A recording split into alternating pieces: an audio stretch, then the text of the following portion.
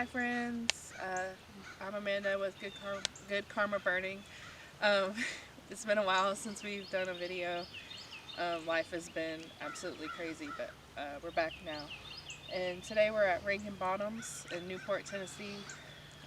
This is like a wildlife management area. It's something I found about 2.5 years ago when Josh and I were getting really serious about birding.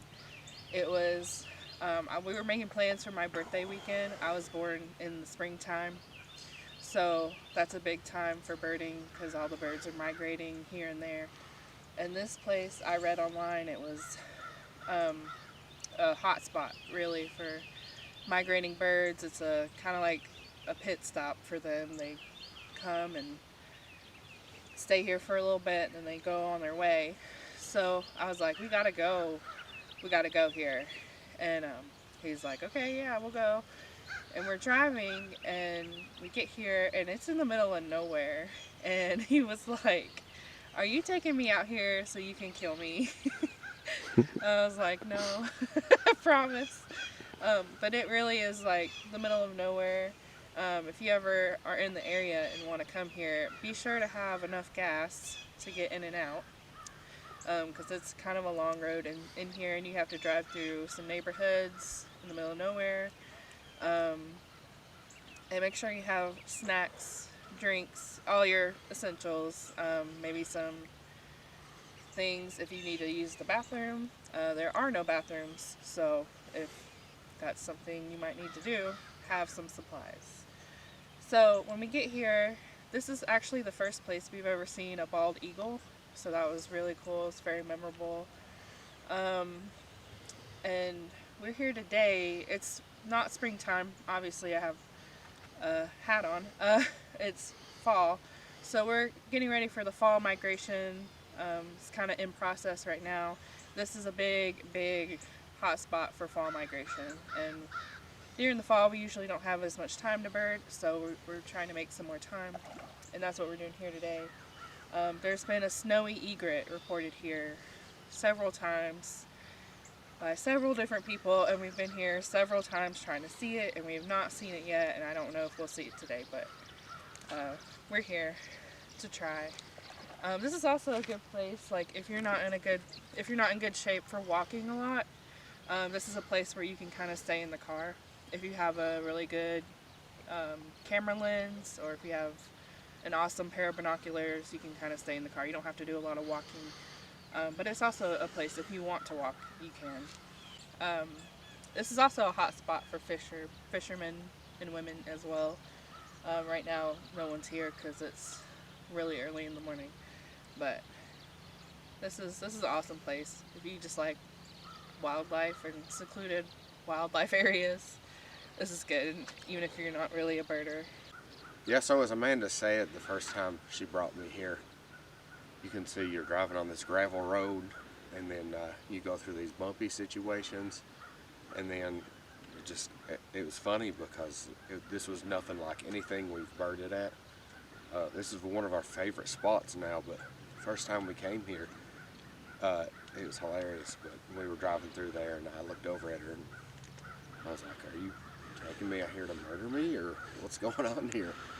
But then you get out to this open area out here, and then it's like, oh, okay, that's what this is. So I'm sure you can see all the, looks like tree swallows and barn swallows flying around us. Great egrets. We saw some great blue herons on the way in. There's a couple of ducks flying through there. On eBird, there's been over 200, and I think it was 245 different species of birds that have been reported at this location only. That's separate species, and you can see I might actually get hit in the face with a tree. Yeah, definitely tree swallows here. But this place is incredible. As she said, when things are migrating through, they make a stop here, feast, and this is incredible. We've actually never seen this many swallows fly around. Yeah, this is But wow. Amanda and I have actually seen 41 different species of birds at this location, just us, only here, including northern cardinal, palm warbler, red-winged blackbird, northern rough-winged swallow, American crow, red-bellied woodpecker, bald eagle, osprey, great blue heron, American coot, pied-billed grebe, mallards, Canada goose, pine warbler, Carolina wren, cliff swallow, Carolina chickadee, blue jay, northern flicker, downy woodpecker, belted kingfisher, red egret, double-crested cormorant, killdeer, mourning dove, swamp sparrow, song sparrow, eastern bluebird, tufted titmouse, pileated woodpecker, Cooper's hawk, turkey vulture, blue-winged teal, yellow-rumped warbler, broad-winged hawk, glossy ibis, little blue heron, northern mockingbird, black vulture, green heron, and eastern wood pygmy. So the first time we came here looking for the snowy egret that we're currently looking for today, we were actually fortunate enough to we were driving down towards the end down there, and Amanda grabbed my arm and told me to stop, and I stopped and we looked over and we actually saw a glossy ibis, which is fairly rare, especially for this location. For the time of the year, it's pretty, it's not common, but if I'm not mistaken, we were the first birders to actually report the glossy ibis on eBird this season here. So it's kind of cool to see. We reported it, we were correct in our identification, it was confirmed, and then other birders came and were posting it. So we had a sense of gratification that we were able to be the first to spot a species and correctly identify it. So this is a place that you've got to come visit if you're in East Tennessee. It's beautiful. We're going to try and pick up some trash out here today. That's one of the downsides.